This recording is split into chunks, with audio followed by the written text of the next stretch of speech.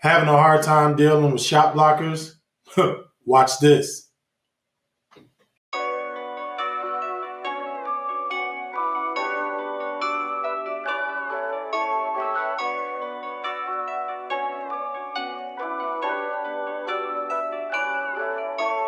New Chanel, Mama and Gucci, got out the hoop, yeah. Been through hell, carry the, life is a movie, yeah. We prevail, now we do the coupies, don't do the groupies, yeah. Got money for bail, don't act like you know me, knock off your coffee, yeah. Flooded the rollie with Ethan, Hurricane Katrina the Beamer, blowing the money like Freeman. I got a flex in the sleepers, they tryna do me like Caesar. You gotta watch for the creepers, I got that anesthesia.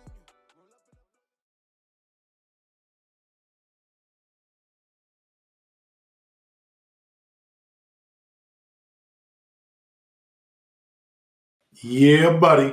We are back. Harvey Harrington with Dream Chasers. And today I want to talk about shot blockers. Okay. Um, as you go higher up in high school, college, pros, shot blockers are more prominent. I mean, the younger ages, you may have some shot blockers, but high school is really the time where you're going to deal with a lot of shot blockers.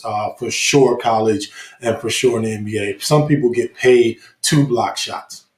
So, how do you deal with shot blockers? Well, I'm gonna tell you a quick story real fast. I had a bunch of OGs that they were basically kind of helping us with learning the game. If we had questions on what to do with how to shake somebody, and typically these guys they hung around parks, they hung around certain gyms, and you would play with this older player, and you go make a move and go finish, and they say, hey, on that, you need to finish with your left hand because as you get older, there's going to be a shot blocker that's going to come over there. Well, that didn't matter. It didn't mean nothing until we got to high school, and all of a sudden, I was at a gym in a gym with St. Patrick's High School in New Jersey, which is nationally ranked. And we had, Samuel Dallenberg, we had Al Harrington, we had Suleiman Muhammad, we had Herbie Lamazana, Jermaine Clark. And I mean, these guys were 6'11", 6'11", 6'9", 6'9", 6'8", 6'6". I mean, the smallest guy was probably 6 foot. But, you had a team of basically monsters. I mean, they were blocking shots. You come down there and these guys were stingy. They didn't care if you're a freshman. They didn't care if you were a junior. It did not matter. They're going after you. They're trying to steal the ball. They're trying to block your shot. So if you got in the paint, you were in there with a bunch of titans. You know what I mean? Everybody was big.